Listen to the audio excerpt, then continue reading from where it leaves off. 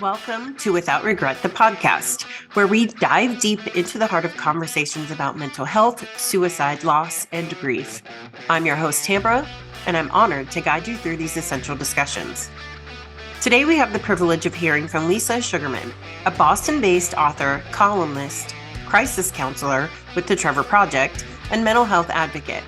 Lisa's journey is one of resilience and purpose, fueled by personal tragedy and transformed into a mission to end the stigma surrounding suicide and mental illness. After the loss of her father to suicide, Lisa embarked on a profound journey of re-grieving and understanding. Her experience has shaped her into a beacon of hope, dedicating her life to helping others through their darkest moments. Join us as Lisa shares her story of turning pain into purpose, one story at a time. Through her words and wisdom, we'll discover the strength and healing that come from shared experiences.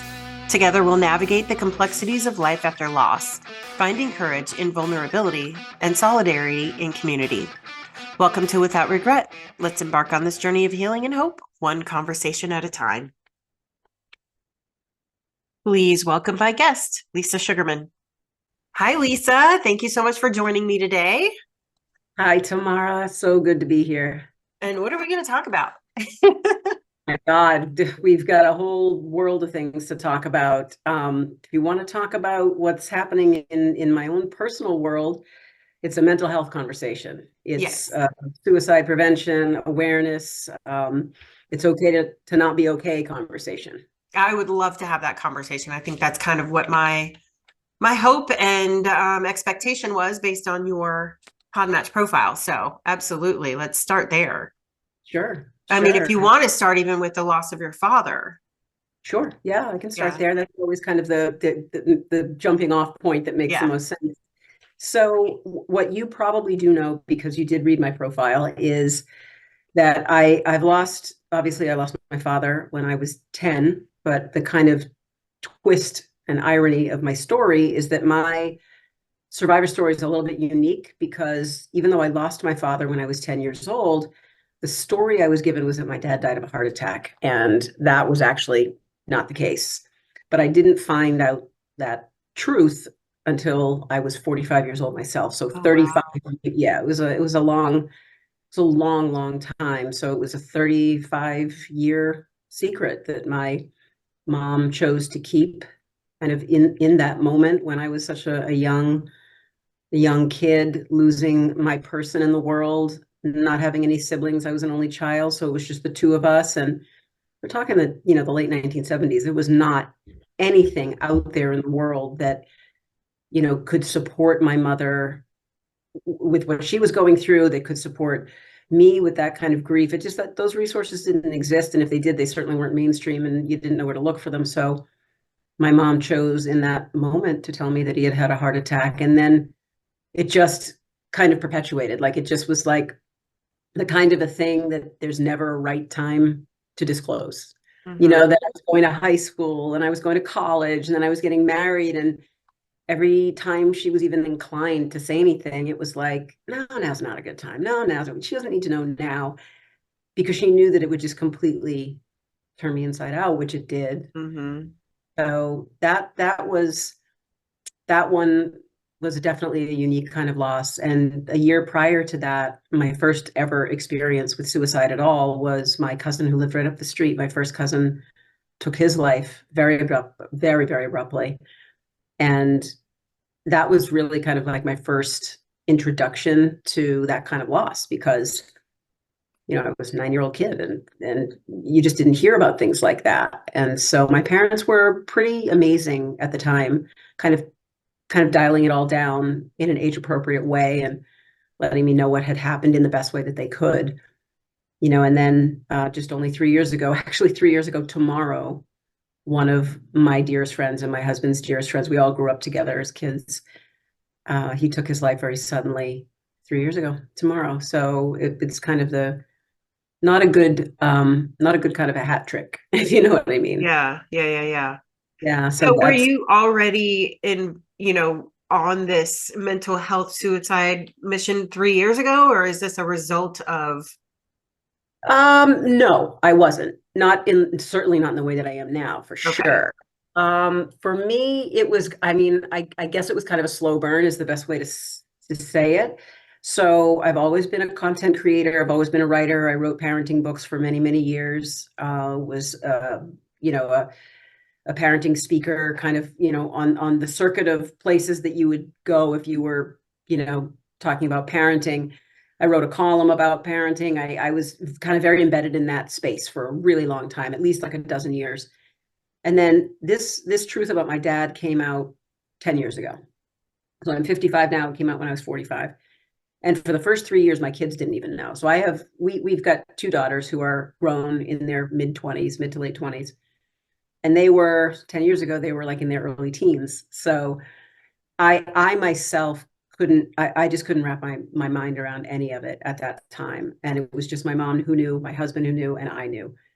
And it wrecked me. I don't know any other way of saying it. It just completely gutted me and wrecked me. And I was living two very, very separate and distinctly different lives.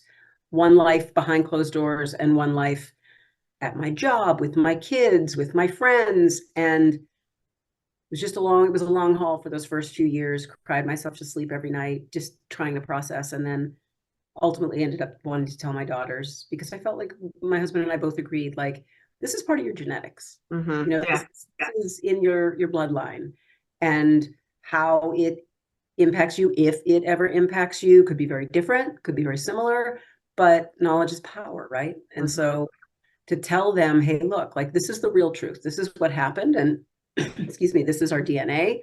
And you need to be able to talk to each other. You need to be able to talk to us or someone else. And it was a beautiful conversation, and it really kind of unlocked something for me. So that was probably like 7 or 8 years ago. And once I started talking about it, once my children knew, and my immediate family knew, and my close friends knew, then I started sharing. And it was, gradual at first, just like conversations here and there.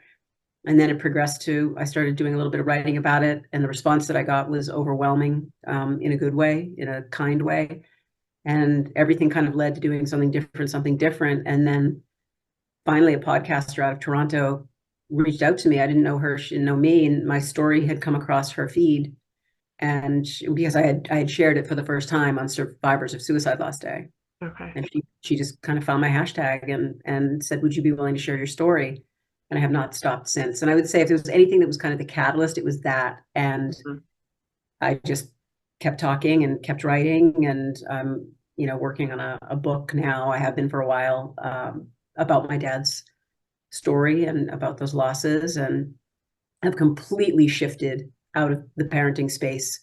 And now I'm very firmly in the mental health space and advocating and storytelling and content creating. And I'm a crisis counselor with the Trevor Project. I'm a storyteller with the National Alliance on Mental Illness. I helped to facilitate a grief and loss group for suicide survivors with Samaritans. So I'm kind of all over the place. So a suicide survivor is somebody who attempted suicide and did not succeed? No. So somebody who is a survivor of a suicide loss. Of a suicide loss. Gotcha. Yes. Okay. Yeah. And I know it's hard because there's like no easy way to say, like, thread the words together. To make it very clear. When you say a survivor, people think what you thought, but it's actually. Well, I was thinking both. I just wanted to clarify because it could have gone either way. Absolutely. Well, thank you for being that voice, because it is definitely something that is greatly needed, and it's an area I'm trying to focus on a little bit more, with my own personal life outside of the podcast, but having somebody very close to me who attempted and thankfully was not successful committing suicide, or attempted to commit suicide. So, and then just the aftermath of it, what happens after somebody doesn't succeed, and getting the help that they need and that kind of stuff, when the majority of the people that need it don't have resources, like health insurance or even enough money to be able to afford the care. So anyway, it was kind of timely that you came across my feed. Everything happens for a reason, right? Right, definitely. So can you tell me a little bit more about the Trevor Project and what that is? Yeah, absolutely. I've heard of it, but I can't think of off the top of my head exactly what that is.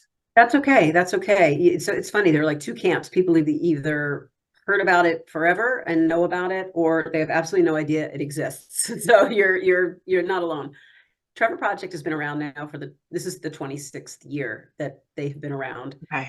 And they are the largest LGBTQ focused crisis and Okay. support network in the US right now. There's US based, and they also maybe a year and a half ago opened up a center in Mexico. So there are two locations. We cover the whole coast to coast of the US, and it's really a place where teens in particular, we really, our target demographic are teens ages 13 to 24 who are in crisis, who are a member of the LGBTQ community. Okay. But that being said, we often get calls from people who are out of the demographic, who are even out of the country, who, um, maybe aren't part of the LGBTQ community. And we answer every call. We answer every call.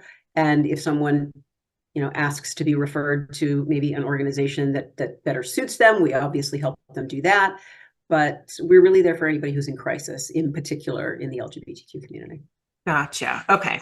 That sounds very familiar now. Once you said LGBTQ community, I was like, okay, now I know where I've heard that Yeah. before. Yeah. And they also have, the traditional, so I'm one of the crisis lifeline call takers. So when you call their 866-488-7386 number, I'm one of the people who answers those live calls. And then we also have a texting platform where Okay. some people just aren't in a headspace to do like the voice to voice, so they prefer text. So we have that as well. Right. Okay. That's awesome.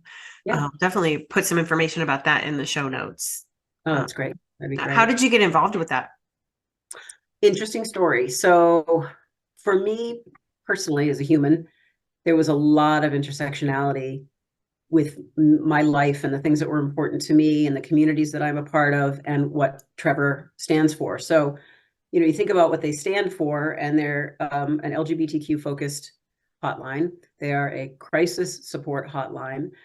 And those things are very important to me for obvious reasons. My father's suicide and my cousin and friend's suicides, but also because my oldest daughter, is bisexual and came out when she was in college.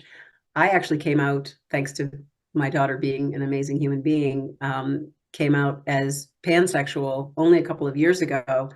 Um, Not because I'm not with my husband, not because I'm looking to have another lifestyle, but because it was something I knew was a part of me, but couldn't express it because words didn't exist when I was her age. Mm-hmm. You know what I mean? So Yeah. I've always been an ally of the queer community, and kind of had this knowing that there was something a little deeper, and she was amazing and helped me kind of flesh that out. And I wanted to just represent the community. And now I get to not only represent the community and be a part of it as an ally, as a member, but I'm actually there now as someone who can help take the calls from people who don't have a support system, like my daughter when she came out to us, and who are experiencing homelessness or food insecurity or joblessness or abuse or issues where their family disown them when they come out. So I get to be that person, and that's just been, I mean, to me, it's been a gift being able to take those calls. Yeah, that sounds fantastic. Is Yeah. there training that you go through before you can be somebody to take the calls? Yeah, there's quite a bit of training. Everything is virtual, which is amazing. Trevor used to have call centers, excuse me, like all over the country, but obviously the pandemic changed that, and they never went back to that model. Mm-hmm. They just found it was, more cost effective, more efficient, easier to navigate by doing it virtually. So they stayed with that model, and their excuse me, their training model is exactly the same. It's asynchronous, it's online. You're really kind of driving your own progress through the whole training. It's wonderful the way that they have it designed, because you get to do it at your own pace. There are certain like milestones, like you do kind of have to do this module by this point, and then this one by this point, but it's very flexible.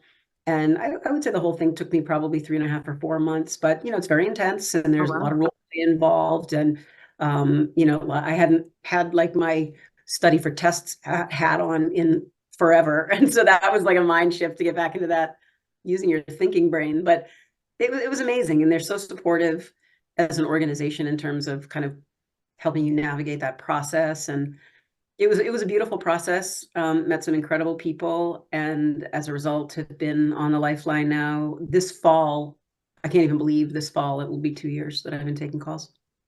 How much time a week, a month do you spend doing that? Well, I mean, the commitment itself for anybody who might be considering doing something like this with an organization like Trevor, the commitment is as a volunteer, that's I do it as a volunteer, is at least one shift a week, and each shift is 3 hours. And there's, of course, 24-hour a day presence on the Lifeline. So, there is someone, multiple people who are on all over the country, all at all hours of the day and night. It's a pretty incredible operation, but you do have to commit to doing at least one 3-hour shift a week for an entire year is your commitment. For me, I've done a lot of different things. I've ranged from, doing multiple days a week. Every once in a while, we'll have particularly like during holidays and things like that, we'll have, higher volume on certain days, and they'll send out, they're great about saying, hey, if anybody's free, if anybody's able to jump on the lines, we're having a surge of calls right now. Can someone jump in? So I try and make myself available when those notices come out. So, it's multiple times a week. Yeah. Yeah. So, but the commitment initially, it's not that bad. 3 hours a week's not bad. No. I mean, not at all. And again, I had to take a little bit of time off. I had some surgery that left me a little incapacitated, and they were wonderful. They understood what my situation was, and that I wouldn't be able to use a hand because I had hand surgery. And they were like, nope, you just, there's short-term leave, long-term, very easy. And as soon as I was able, I hopped right back on, and they just do everything that they can to take as much care of their counselors and their staff as they do the callers who are calling in. Yeah, that's awesome. I mean, it makes perfect sense, right? that they would do that. Yeah. And that's a volunteer position, correct? Correct. I mean, they do have full-time staff, supervisors. They do have people who are on the Lifelines doing what I do, 5 days a week, 40-hour weeks, that kind of thing. But those of us who are doing what I do, we volunteer. Yeah, that's awesome. That is amazing. Thank you so much for doing that. Well, you're welcome. It's, like I said, it's a gift to me to be able to do it. So let's switch from that then and talk a little bit more about suicide prevention. Sure. And maybe signs to look out for, what to say to somebody that you think might be in that headspace or just dealing with mental health struggles. How do you, what's your advice to somebody that has maybe let's take it from two perspectives, and maybe let's start with the person that's in that space. in that headspace. Yes. And then also on the other side of it, people who know somebody that's in that headspace, how do you handle it from there? So let's start with, somebody that's in that headspace. Somebody calls you on the crisis line and says, I'm in crisis. I'm having a rough time. And I know it's going to be situational, obviously, but what's going to be your biggest, piece of advice for that person? Or maybe advice is the wrong word, whatever you would say. No. Advice is definitely a part of it. I guess it's kind of plan of attack, maybe in some way. How I would handle it if I got a call like that on the Lifeline and someone was clearly not okay. Most people will be fairly open. If they're calling the Lifeline, they're calling because they are aware enough to know that they need help and they're looking for help, and that's why they'll reach out to us. So they're usually pretty open when they do. Okay. So one of the things that we do, or the first thing that we do, and this happens on every call, it doesn't matter if it's the person themselves who's calling who's in crisis, or maybe we get a lot of third-party calls, which means, let's say you had a friend and you were with a friend at that moment, and that friend was not capable of calling on their own and you were calling on their behalf. That's called a third-party call. So we get those all the time. And the first thing that we do, regardless of who you are or what your issue is, Within the first 5 minutes, we do something called a risk assessment, which is very standard across the board, crisis counseling model. They do it at Samaritans. They do it. They do the National Alliance on Mental Illness. They do it here at Trevor, Crisis Lifeline. They do all of it in a very similar way, which means within the first 5 minutes, we're wondering, hey, what's going on for you today? What's coming up? Why are you calling? And we try to establish a rapport with the person who's calling us. And then within 5 minutes, we need to ask them very directly. And this kind of gets to what your other part of your question is, like, what do you say to them? We almost immediately have to say, are you thinking of killing yourself? I mean, they might be calling saying, I had a fight with my friend, or I got a bad grade in school, or I'm thinking about coming out. And so it might clearly not be something that you would assume is life-threatening. Doesn't matter. We always ask very directly in very specific language, are you thinking of killing yourself? And there's kind of a decision tree, right? Mm-hmm. If the person says yes, we ask other questions. Have you done anything today to try and harm yourself? How are you thinking of killing yourself? Where are the means if you have a plan? Do you have a plan? Do you have a timeline? The answers to those questions. If someone asks, we ask and they answer no, we ask if they've considered it before. If they say yes, we find out kind of what the circumstances were. And that's kind of where that risk assessment ends. If they go down the yes side, we're asking all those other questions, and we need to determine how at risk that person is. And depending on how they answer the questions, that's how we know, like, if they have the means, a plan, a timeline, and the means are actually there, that's considered an imminent risk suicide call. And there's very specific protocol that we need to follow. So the language that we use is always the same. We're asking people very, very bluntly and directly. And I know that it's like a really off-putting question. A lot of people get taken by surprise. Some people can't answer it, don't want to answer it. We try to eventually get them to answer it. But it's hard, whether you're on a lifeline or you're just talking to your friend over coffee and you know that they're struggling. Like, that's a really hard but critically important question to ask, because without that knowledge, you don't know where their headspace is. You don't know what they're considering.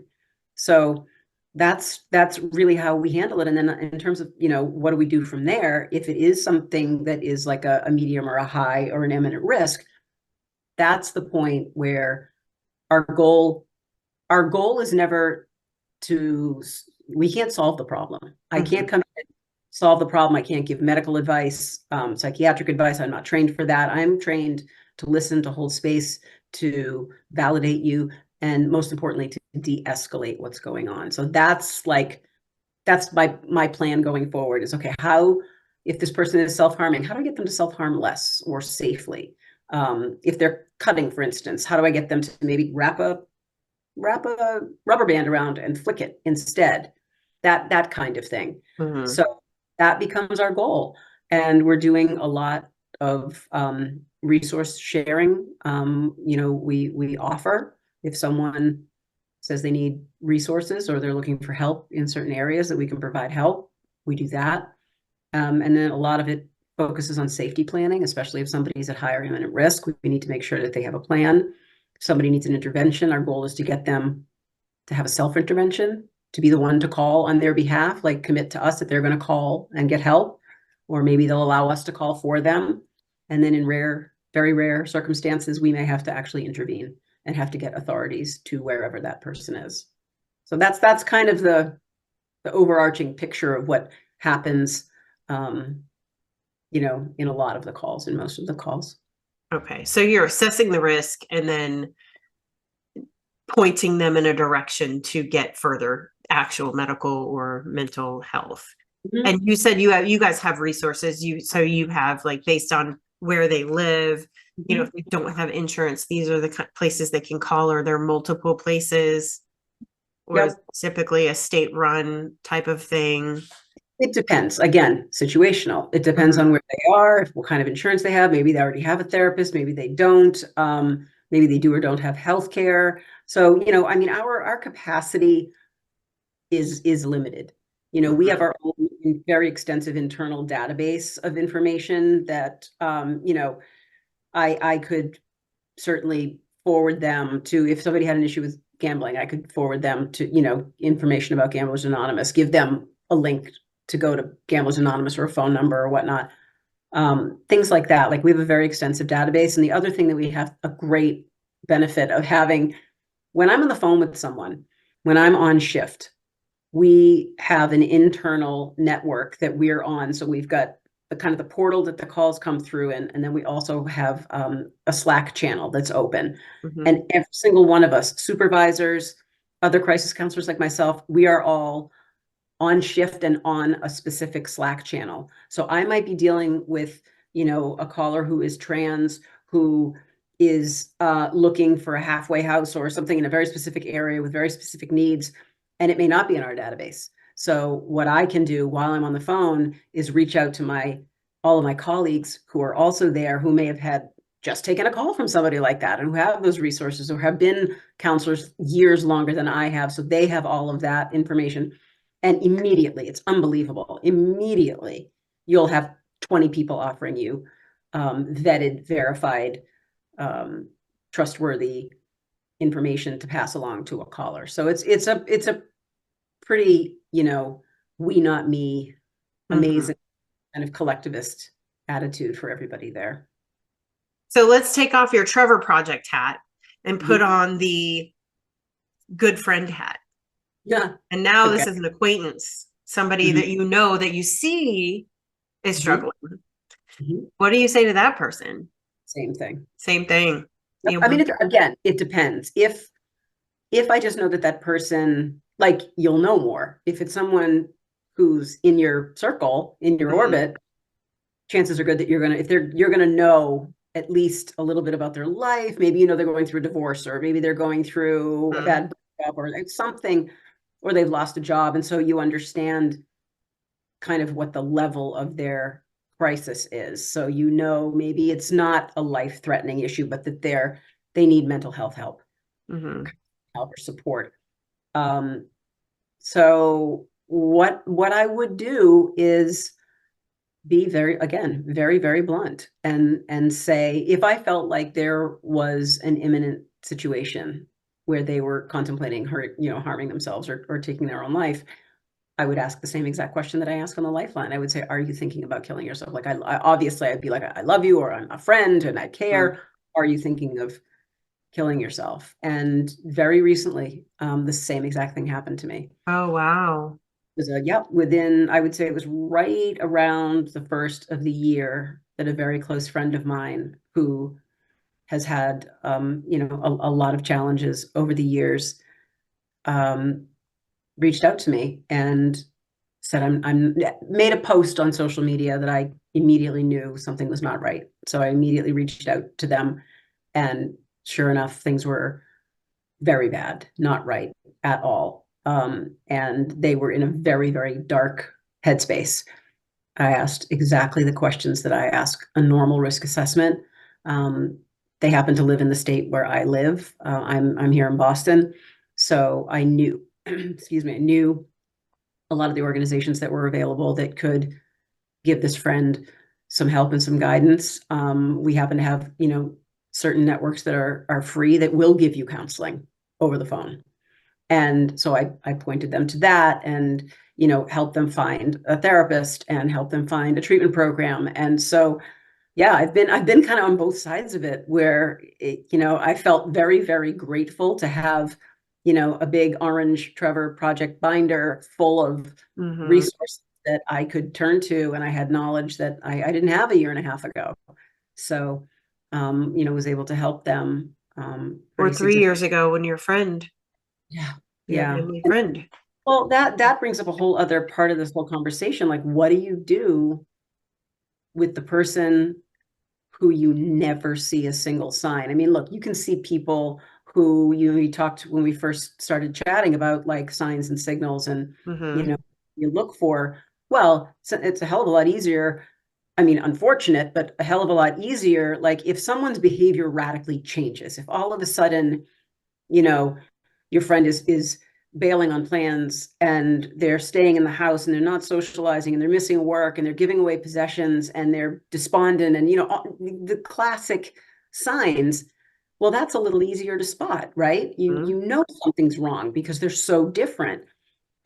There are a lot of people in this world, and my dad was one of them, who you would never have suspected that my dad was not the happiest, most just joyful human in the world. He was just so charismatic and so funny and so up and so charming and so hardworking and loving. And you would never have suspected, we never suspected anything. I mean, I was 10 years old, so there were clearly a lot could have gone on over my radar.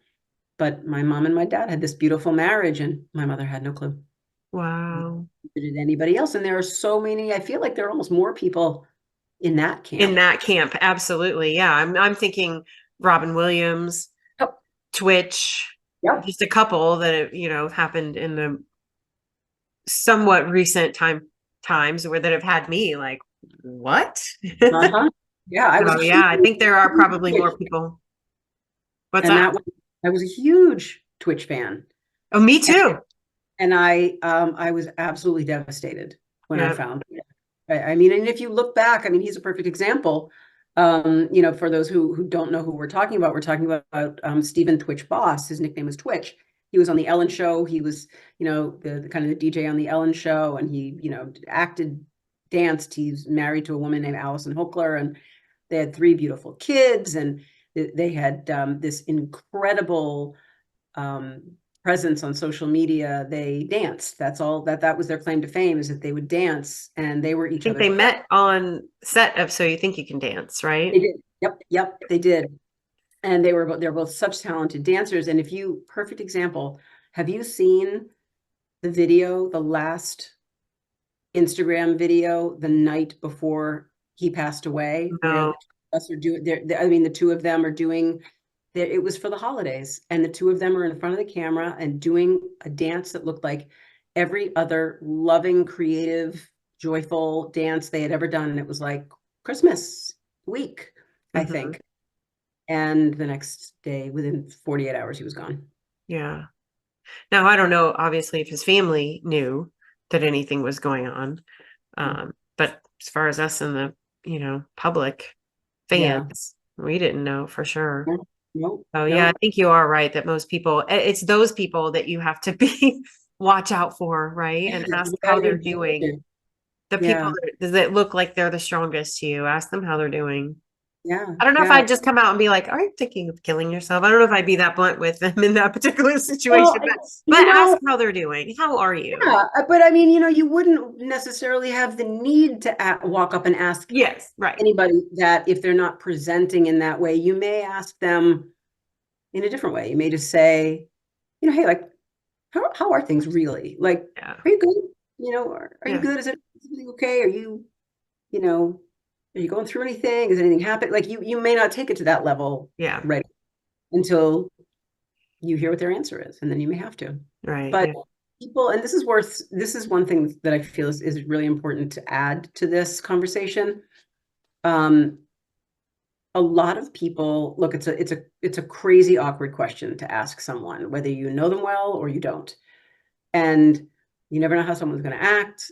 People not only get afraid to ask the question because it's so blunt, they also are, in a lot of cases, really afraid of what the person's answer is going to be, because then what the hell do I do now when someone says, yeah, actually I'm not okay, and I'm thinking of harming myself.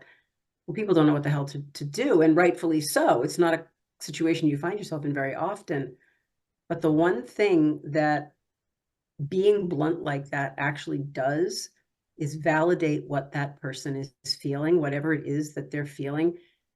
If you're listening to this conversation right now, do not be afraid to ask someone bluntly if they're trying to kill themselves or thinking of killing themselves, or if they want to harm themselves. It will, if anything, keep them from doing it. And people think the opposite. They expect, like, oh, well, if I say that, I'm just going to inject that idea into them, and now all of a sudden they're going to go ahead and hurt themselves. That is not the case. It has been proven over and over and over again that by being direct and asking the question, it actually reduces the risk that someone will harm themselves or take their lives.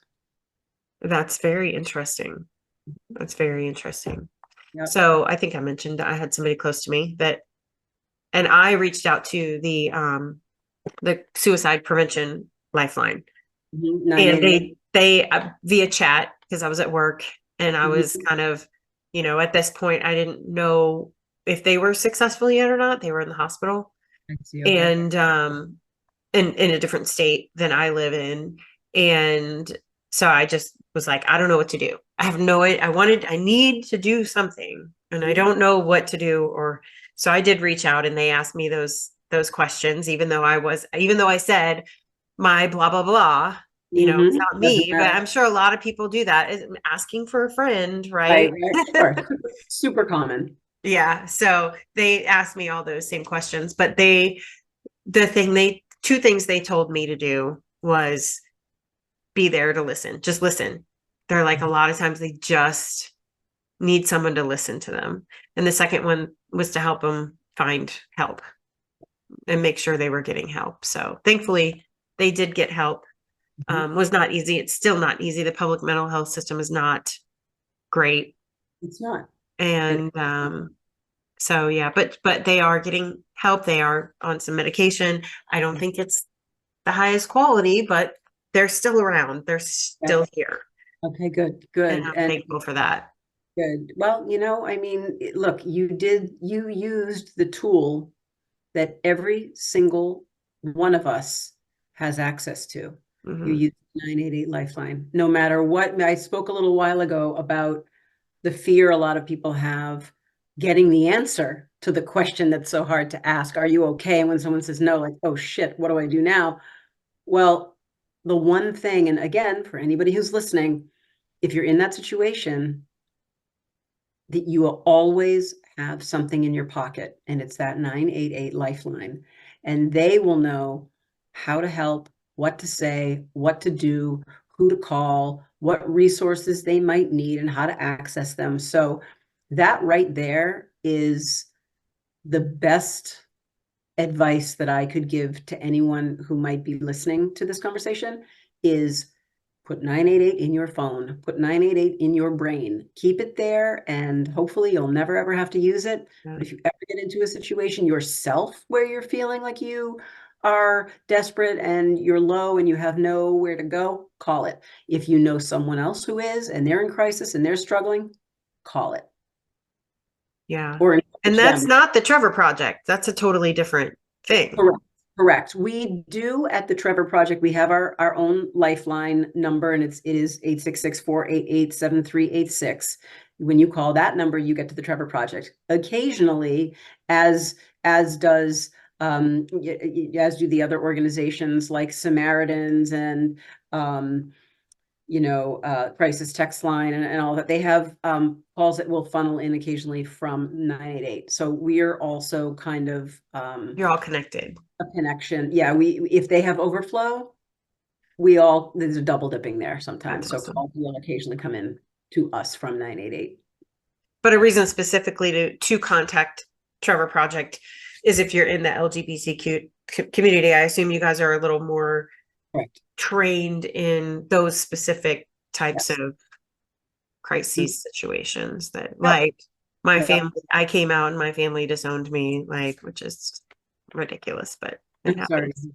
Well, you can come join my family. We'd love to have you. Yeah, exactly.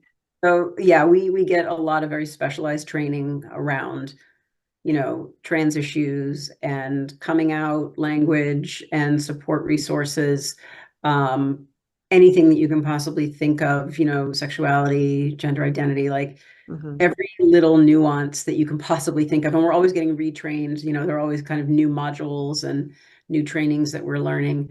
But yeah, it's very obviously very LGBTQ focused. And I mean, I'm clearly part of this community. I'm also queer, and yet I'm kind of a little queer 55-year-old queer baby because I've only been out for a couple of years. So there was a big learning curve for me. Hmm. I'm still learning, but the education that I got just about the queer community alone, forget about how to help people, was just so unbelievably powerful as a part of my training. And, I was just grateful for that because it just made me feel so much closer to the community that I was a part of. Hmm. Yeah, so we definitely You know, you can't be prepared for every single thing, but they do a really great job of, of really getting you prepared to handle just about anything. Right. Yeah. And just to clarify, I mean, I know we're focusing here a lot on self-harm and suicide, but there are other crises that people can call these things for besides that. Just, I'm having a hard time. I need, before, maybe even before you get to the point where you're thinking of self-harm, Mhm. right? And then you guys can help point them towards resources Sure. for those. Yep. And what we always do is ensure that the caller has agency. We're taught that over and over and over again. Make sure the caller retains their agency, which is why, Meaning, meaning, so for instance, you call me and you're struggling with coming out and you're you're not sure what your next move should be. Like you as a human, you'd be inclined to be like, oh wait, I have information here. Do you want this? Let me give you this. Let me give you that. We don't do that. We don't do it like that. We always ask. We always make sure that the contact is in complete control of their agency. They get to decide what information we give them, if they want it, how they want it. So in other words, like when I'm having a conversation with someone about whatever resource they might need, I say, you know, how would you feel about getting resources on XYZ? Or if I had access to these particular types of resources, would that be something that you would like me to give you? So we're interesting. Okay. always ensuring that the person who calls in is the one who's making all the decisions. And that also kind of slides into another part of the process for us, which is we take ourselves completely out of the equation 100%. If you're like having a conversation with a friend and the way that you would typically hold space, which is the way that I typically always held space, if you have a connection point with someone, whether it's about your sexuality or about life, jobs, whatever it is, you might be like, oh yeah, I mean, like that happened to me, and I get how you feel. I understand it. I went through this helped me. And you're doing it from a place of maybe my experience can benefit you, right? So that's not a bad thing. But one of the things that I had to reorient myself around was the training that I received for Trevor counseling is you are not part of the equation at all. I have an alias when I'm on the phone, so I don't use my real name. Oh, wow. It's an organization where people are like the vast majority of callers and of counselors are queer. We do not disclose if we are queer or if we are cis or if we are trans or if we are anything. We don't disclose where we live. We don't disclose if I have children, if I'm married, if I like the Red Sox. I mean, nothing. So 100% neutral.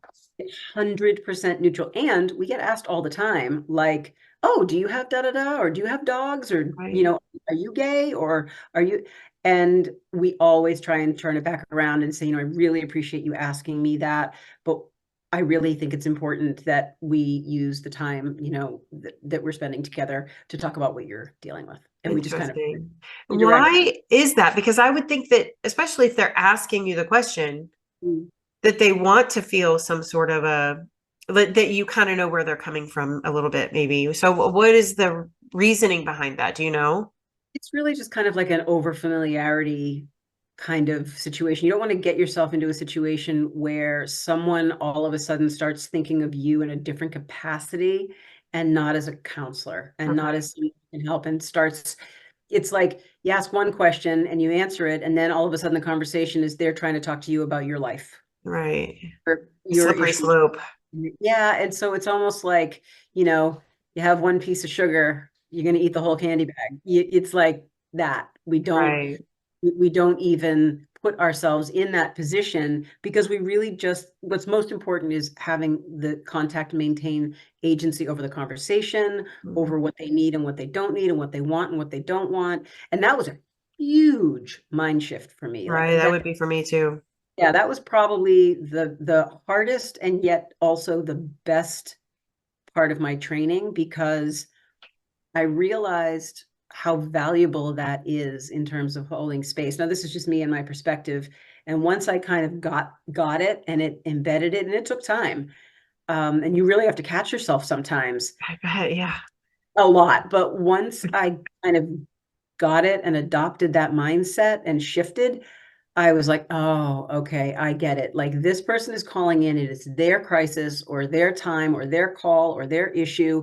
And we need to make sure we stay centered around that so that we can give that person all of our time, all of our attention, and it's all focused on why they're calling us. So that's really, that's really kind of the philosophy behind that decision. But I also realized like how much better I was holding space for like my own friends, my own people when I was not I mean, unless someone asks me and it's a friend, I'm going to, obviously I'm going to share, but I inject a lot less and I listen a lot more and in a different way now than I ever did before, just because of the training I got.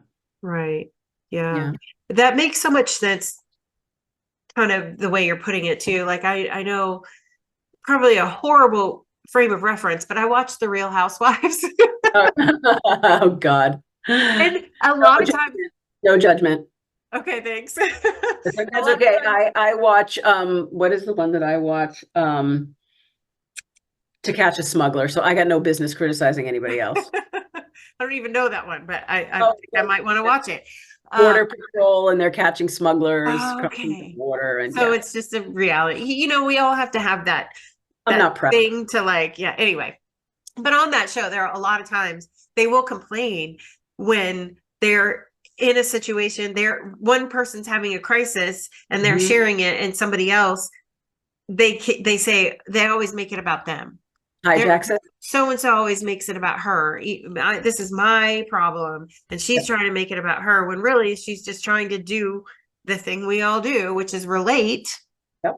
Yeah, but which that makes the person feel like they're not listening to me. They just want to talk about themselves. So, I mean, it's like I said, a horrible frame of reference, but it's what came to mind when you were saying. Well, but it's true. It's really true. And you know what? In what we do, and I'm only speaking right now of the Trevor Lifeline, what our main purpose is, obviously, is to reduce the risk of suicide, to stop attempts, to help people create safety plans and de-escalate behaviors. But we're there to hold space. We're there to listen in a completely non-judgmental way to whatever you're calling about. And I want to mention something else, because you said something a few minutes ago that I thought was important about, it's not just people who are suicidal or homicidal or, depressed who are calling. It's people who had a fight with their boyfriend, or they lost their job, or whatever it is. It's so important. I think there's a really, really big misconception out there about who the lifelines are for. And I'm not just talking Trevor Project. I'm talking 988. I'm talking Crisis Text. I'm talking all of these agencies. It's not just for people who are trying to take their lives. It's for anybody who is having any kind of a mental health crisis. And mental health crises are very subjective in the way that what might not bother me might affect you, and vice versa. Right. So, like, whatever it is, let's put it this way, I'll make it real simple. If you're stressed, anxious, depressed, overwhelmed, sad, grieving, angry, any of those things for any reason, call a lifeline. Call us at Trevor or call 988. Reach out to some kind of a support organization. It is for anybody who is in any kind of crisis. Right. Mm-hmm. Yeah, I was wanting to kind of clarify that too, because the Trevor Project doesn't have the word suicide in the name, but the National Suicide Crisis Hotline does. Mm-hmm. So that would, obviously that's probably the top of the top of the calls that you want to, encourage people to make that call for. Yeah. But I think they're rebranded. Now that we're talking about it, I feel like it's being rebranded more as a crisis line than the suicide prevention line. Maybe I'm wrong about that. 988? 988, yeah. I'm not aware of them going through any kind of a rebrand. Maybe not like an official rebrand, but I do feel like I hear the word crisis more these days than I do suicide prevention.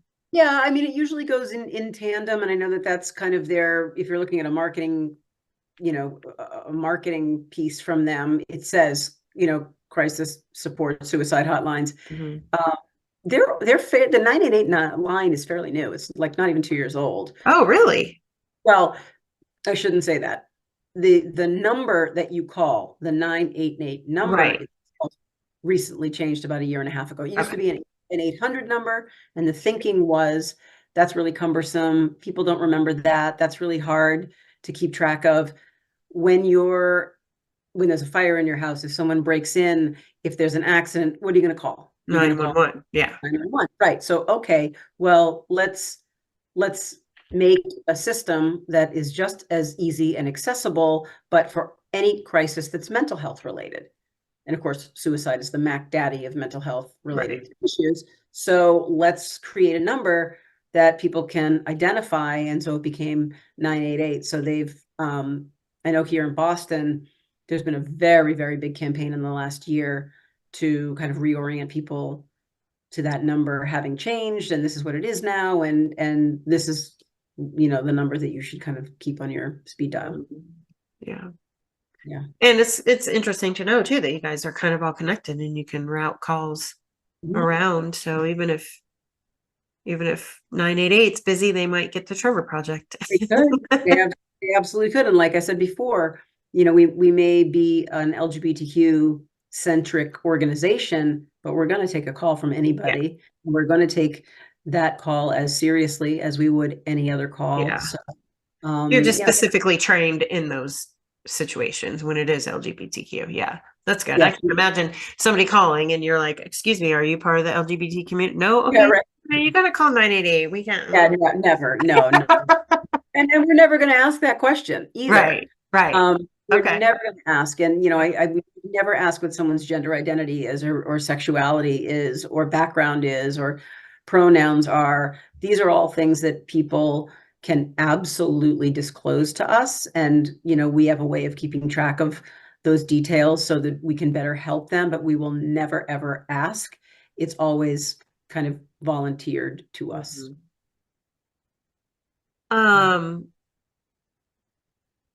The part about the agency, I am curious about that. What is the reasoning behind making sure they have agency and that they are, I mean, I think I kind of know, but I just want to hear what that's for. We want someone, especially someone who's in crisis, who's already feeling out of control and maybe incapable of navigating their life or their situation or their issue. We want them to feel like they have control over the kind of help that they're getting and where the conversation is going and what they're being told or what they're being, given as help or resource. So it's really designed to make sure that we work really hard to make sure that our callers maintain agency over the call. Where it goes, we're very open in saying, listen, this call is 1000% your call. What you say is up to you. What you don't disclose, up to you. Yeah. What you want to talk about, how you want to talk about, what you need, it's entirely up to you because we want that person to know that they're in charge of that moment and that space and time and can get what they need out of it. So we really try to maintain their agency so they don't think someone's swooping in and taking control. Right. Because they may be dealing with that already. Yeah. That makes a lot of sense. And that's kind of what I was thinking, just to make sure that they know, at least in some capacity, they do have control over what's going on. And in this call is, we're never going to force them to disclose information. People very often don't like to give us their real name. That's fine. They don't like to tell us their age. That's fine. Where they're from. That's fine. And every time we just explain that why we're asking, and we just say, we're only asking where you're from so that in the event that you need some help finding resources, we can be very specific in helping you find resources in your immediate area. And sometimes people will be like, oh, okay, well, in that case, I'm from, and they'll tell us where they're from. Sometimes they don't. Yeah. So we do the best we can and, try and encourage people to feel comfortable and safe and and feel like we can be trusted. We do a lot of rapport building. That's a big part of the conversation from the minute we get on the phone through the risk assessment, through we establish rapport, gather information, help make, if we have to, safety plans and that sort of thing. But we're always trying to create a certain comfort level, because the more comfortable a caller feels, obviously, the more willing they are to share what's really going on. Yeah. And that the more you share, I feel like just sharing sometimes all you need to do. Mm-hmm. It's all you need to do, just to kind of hearing yourself say it probably helps a lot sometimes, I can imagine. Well, we get a lot of calls from people, like, for instance, the trans community is just getting hit to the head and the gut every minute of the day. Unfortunately, we have a lot of people who maybe know that they're trans, and I'm only using that as an example in terms of like sharing their name with us. Like, I always say, what name can I call you? I don't say, what's your name? I say, what name can I call you? Do you want me to call you? Also giving agency. Maybe they want to tell me their real name, maybe they don't. But in the case of a lot of callers, sometimes they're telling us first what name they'd like to be called. And the rest of the people in their lives don't know. And so maybe someone says the name they wish they had to me before they've said it to anybody. And they'll say, I've never said that before. Like, it's really okay. I'm like, of course it's okay. If that's who you believe you are, that's who you are. So absolutely. It's things like that, little ways that we can give somebody agency over, the conversation and make them feel comfortable. But a lot of the time, we're the first one that someone comes out to. I've had that happen. I can't even count how many times I've had that happen. And that's a privilege. Somebody shares that with you. That's such a deeply, deeply, profoundly personal part of themselves to share. And so we all take it so seriously. And we just want people to feel like they can be their true selves on that call, because that's just going to ensure that they have the most productive call they can. Right. Yeah. So what other ways besides the Trevor Project? I know you said you're writing a book, but that's kind of focused around your dad. Have you written any books so far about mental health or anything? Have they all been parenting up until this They've all point? been parenting. Yep. Okay. Yep. I used to write for many years, probably at least a dozen years. I used to write a column called It Is What It Is. And that was, kind of like everything is very directly based on my own life, super anecdotal, about raising my kids and work-life balance and everything that would be happening in my life that I knew was happening in other parents' lives. And just recently in January, I kind of retired that column and rebranded it as a new column that really kind of falls in line with what I try to do with all of the other content that I create, videos that I create. I have a YouTube series called the Suicide Survivor Series, and I talk about my own experiences with suicide, awareness, prevention, mental illness, crisis, counseling, loss, grief. So I had been writing this column all about kind of the parenting side. I rebranded everything. It's called We Are Who We Are. And the column that I write now, very similar, same conversational voice, but it really is a column that talks about the mental health issues that we're all so scared to talk about, that are so stigmatized and so uncomfortable and awkward. It's like, we are who we are. So you might have bipolar disorder, or you might be depressed, or you might be trans, or you might be grieving, or whatever it is. We are who we are, and we have to navigate life through, through our issues and our presence and our fears, by being honest and being open and being transparent as much as we can, and being vulnerable and sharing. And so this column is a way that I have those conversations with people, one-sided conversation, but I have these conversations talking about all of these issues that are so uncomfortable, because we have to do those, like Glennon Doyle says, we have to do the hard things. And when we do those hard things, it makes it easier for other people to do the hard things. And then all of a sudden, everybody starts doing the hard things, and now we've normalized the hard things. Right?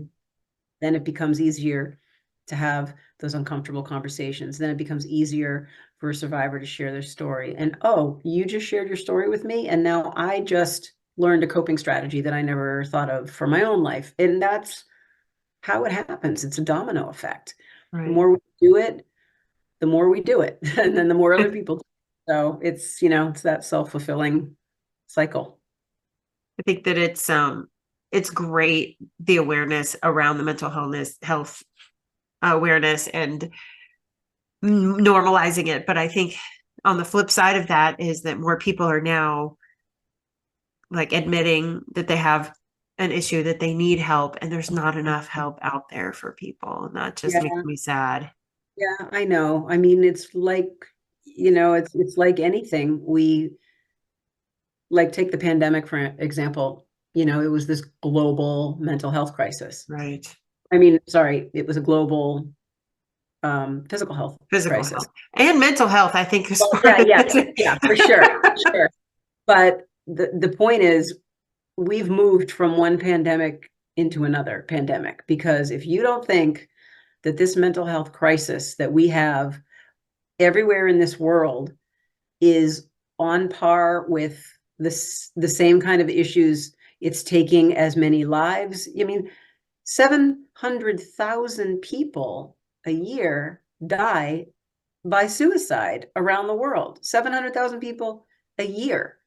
So the 11th leading cause of death in the United States alone. 50,000 Americans died by suicide in 2023. So you don't think that's a pandemic?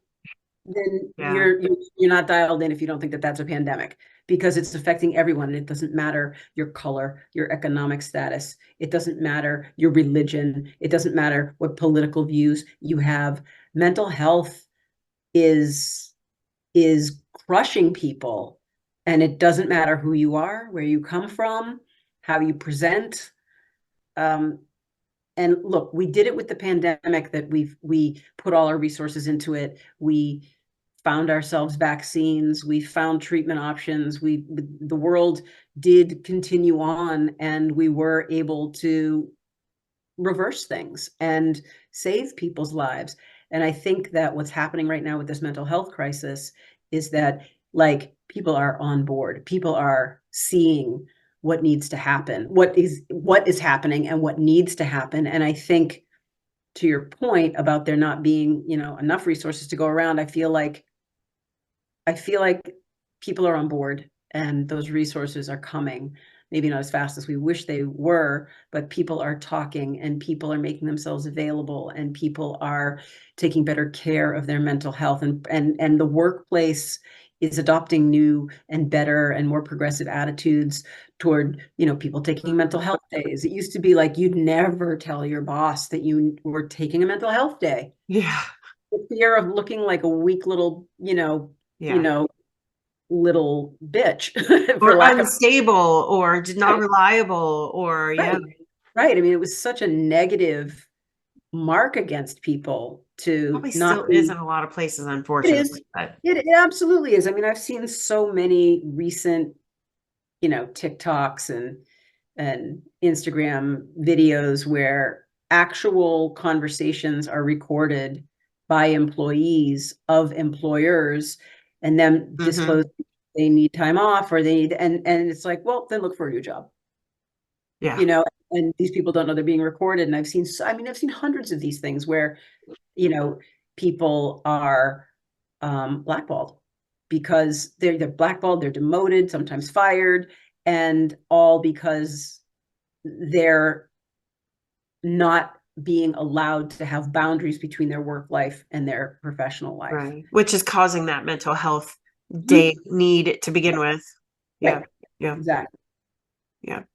Work-life balance, I think, is definitely going to be a um priority for the next working generation. I can see that Oh, happening already. Yeah. absolutely, absolutely, and it needs to be. It does. Absolutely. Kind of, reverse the curse. Hmm. That's how we kind of co-op our mental health back. You know what I mean? We get back to basics, where people are trying to break from hustle culture, Yeah. and they're no longer tolerating the whole, my phone is on 24 hours a day, you can reach me during my personal life, you can expect. I just heard a story, it was so disheartening. I just heard a story today, actually, on a news thread that I follow about someone who had lost a family member. I believe their sister passed away. And they, of course, disclosed that to their employer. And I think 3 separate times the day that this person was burying their sibling, the boss called 3 separate times. We really need you to come back. We really need you to come. And the person was like, listen, I'm just going to my sibling's funeral, and then we're, having services and doing what we need to do this weekend as a family to grieve and to mourn, and I'll be back on Monday. And they wouldn't hear it. They wouldn't hear from it. They wanted this person to be back in the office the next day and to be taking calls in the meantime. And it was, I don't know, there was no real resolution. You don't know how the whole story ended. Right, yeah. But it was more just focused on how completely unreasonable and out of line and insensitive and unfair that employer was. Yeah. And that stuff exists, but we can't tolerate it. We can't take it. And I know a lot is often riding on us pushing back. It's like, well, if I push back, I'll lose my job. But you don't want to work for somebody like that. You don't want to work for a company that has a culture like that. No, definitely not.